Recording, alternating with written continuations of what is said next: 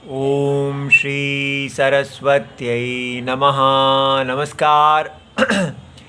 त्रिषष्ट्यधिक-चतुश्शततमी कक्षा। हमारा सूत्र चल रहा है तद्धितार्थ उत्तर पद समाहारे च 2151। आज उसका भाग 6 देखेंगे और इसमें हम उदाहरण देखेंगे संख्या उत्तर पदे। तो ये वृत्ति देखते हैं, उससे समझ में आएगा कि संख्या उत्तर पदे क्या चीज़ है।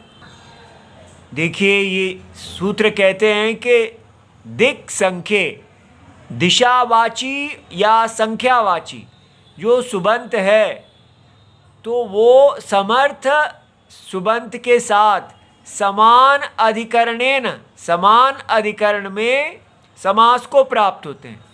तो अर्थात पहला उपसर्जनम जो पूर्व शब्द है वो दिक्वाची या संख्यावाची होगा, और जो उसके बाद उत्तर शब्द है वो कोई सामान्य शब्द होगा, लेकिन वो समान अधिकरण में होगा। और ये कब होता है? जब तद्धित अर्थे, माने तद्धित अर्थ की प्रत्यय की उत्पत्ति हो, तद्धितार्थ विषय। और दूसरा है उत्तर पदे च परतः, उसके बाद दोनों शब्दों के बाद एक तीसरा पद और आ जाए, या समाहारे च अभिधेय, या पूरे समास का अर्थ जो है वो एक समाहार हो।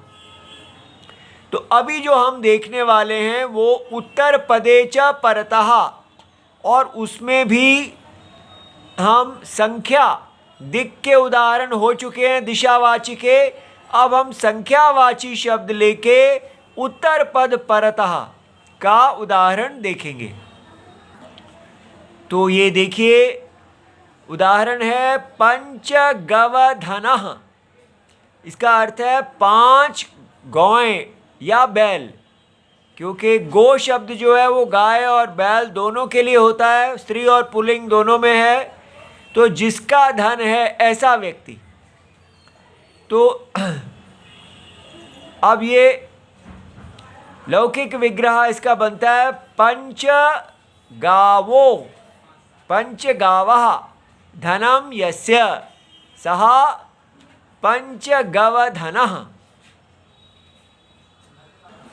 तो ये गो शब्द के रूप आप देख सकते हैं। ओकारांतः पुल्लिंगः गो शब्दः, पुल्लिंग में भी और स्त्रीलिंग दोनों में समान रूप चलते हैं। तो गौहु गावौ गावः, इसलिए हमने पंच गावः लिया है। और ये सुप्रत्ययों में सु औ जस, तो ये जस जो है प्रथमा विभक्ति बहुवचन का जस का प्रत्यय है। तो यहाँ बन गया 5 गाय धन हैं जिसके, यस्य सह पंच गवधनः। तो पंचन, इसका पंच प्रातिपदिकम पंचन है, और इसके साथ हमने सु औ जस, जस लगाया बहुवचनम। और गो, इसके साथ भी ये दोनों समान अधिकरण में हैं, गो के साथ जस, और धन जो है वो सु लगाया। तो इसका धनानी भी लिख सकते थे, लेकिन धन का अर्थ माने बहुत सा धन। अब यहाँ पर ये त्रिपद बहुव्रीहि है, 3 पदों वाला बहुव्रीहि, इसलिए यहाँ पर अनेकम अन्य पदार्थे 2-24 से यहाँ बहुव्रीहि समास होगा। अनेकम सुबंतम, अनेक बहुत से सुबंत, अन्य पदार्थे, तो वो उत्तर पूर्व पद नहीं, उत्तर पद नहीं, अन्य पद के अर्थ वाले होने चाहिए, माने तीसरा। तो जो बहुव्रीहि का लक्षण है, वर्तमानम सह समस्यते, आपस में समास को प्राप्त होते हैं, और बहुव्रीहिश्च समासः भवति। तो यहाँ बहुव्रीहि समास हो जाता है, और फिर समास से उसकी प्रातिपदिक संज्ञा हो जाती है कृत तद्धित समासाश्च। तो जो भी समास है उसकी प्रातिपदिक संज्ञा होती है। फिर उसके अंतर्गत जो प्रातिपदिक है, सुपो धातु प्रातिपदिक यो हो, धातु के अंतर्गत या प्रातिपदिक के अंतर्गत जो अवयव सुप हैं उनका लुक हो जाता है, इसलिए हमने उनका लुक कर दिया। हमारे पास पंचन गो धन, इस प्रकार ये समास बन गया। तो ये जो हमारा प्रकृत सूत्र है, तद्धितार्थ उत्तर पद संहारे च, इस सूत्र से हमने समास किया, क्योंकि यहाँ पर उत्तर पद का बात आ रही है कि संख्या पूर्व है, समान अधिकरण है, लेकिन उत्तर पद है। तो यही कहा गया था, जब ऐसा होता है तो तत्पुरुष समास होता है। तो हमने इससे समास कर दिया। और यहाँ जो अब यहाँ ये आपको समझना है कि ये जो समास है ये पंचन और गो के बीच में हो रहा है, ये अंतर्वर्ती समास है। तो इसलिए ये पंचन संख्यावाची है और गो के साथ इसका समान अधिकरण है। तो पंचन और गो तत्पुरुष समास हो गया। और इसके जो हम फिर से दोबारा सुप प्रत्यय लाएंगे और उनका लुक करेंगे, और लुक करने के बाद हमारा पंचन गो धन इस प्रकार ये बन गया। अब हम जो अवान्तर तत्पुरुष है उसका वैकल्पिक होने से, क्योंकि हमने ये देखा है कि ये जो तत्पुरुष समास का अधिकार है ये विभाषा के अंतर्गत आता है, ये महाविभाषा कहलाती है। तो इसलिए तत्पुरुष समास का विकल्प से ही समास होता है, साथ में नित्य समास नहीं होता। साथ में ये एक विभाषा को वाक्य भी उपलब्ध है। तो इसलिए हमको यहाँ पर पंचन और गो के साथ तद्धित का टच प्रत्यय करना है। लेकिन जहाँ पर विकल्प है, अवान्तर तत्पुरुष विकल्पित होने से पंच गो धनः ऐसा रूप बन जाएगा। तो गो का गव धनः बनाना है, यहाँ टच प्रत्यय आना है। लेकिन विकल्प अगर अनुमति देंगे तो फिर टच प्रत्यय नहीं आएगा, इसलिए अनिष्ट रूप की प्राप्ति होगी।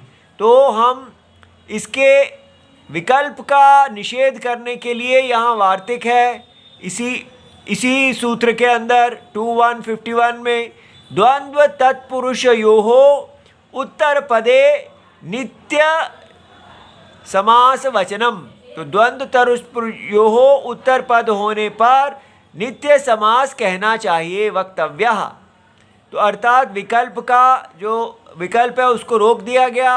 तो यहाँ पर अब क्या बन गया, अब हम जो हमने समास किया उससे पंच को पदत्व की प्राप्ति है। लुप्त हुई अंतर्वर्ती विभक्ति के आश्रय से पंचन के पद की संज्ञा है। और हमारा सूत्र है न लोपः प्रातिपदिकान्तस्य पदस्य। तो जो प्रातिपदिकांत पद है उसके नकार का लोप हो जाता है। तो इस प्रकार ये नकार लोप हो जाता है, इसकी पद संज्ञा है। तो ये पंच गो धन बन गया।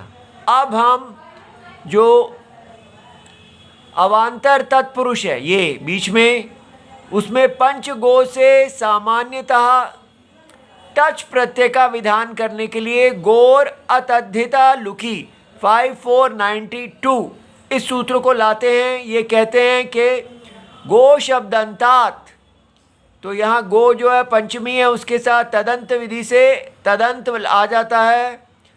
तो गो शब्दंतात तत्पुरुषात् टच प्रत्ययो भवति, स चेत तत्पुरुषः तद्धित लुक विषय न भवति। तो यहाँ पर कोई तद्धित प्रत्यय का लुक नहीं हुआ है और ये तत्पुरुष समास है, इसलिए टच प्रत्यय यहाँ पर आप देख सकते हैं कि यहाँ पंच गो के बाद आया, धन के बाद नहीं आया। तो इसके अनुबंध का लोप करके इत प्रत्यय जो है उनको हटा के पंच गो आ रह जाता है। और इसको हम एच अयवायावः सूत्र से संधि करते हैं। उसमें ए ओ आई औ ये एच हैं और ये प्रत्यय ये उनके स्थान में होते हैं। तो ओ के स्थान में अव हो जाता है और यहाँ ये अव आ जाता है और अ इस प्रकार ये अचिप है। तो पंच अव अधन जिनके पंच गव धन बन जाता है। फिर सु रुत्व और विसर्ग लाके पंच गव धनः, इस प्रकार इष्ट रूप की सिद्धि हो जाती है। इति सर्वम शिवम प्रणाम।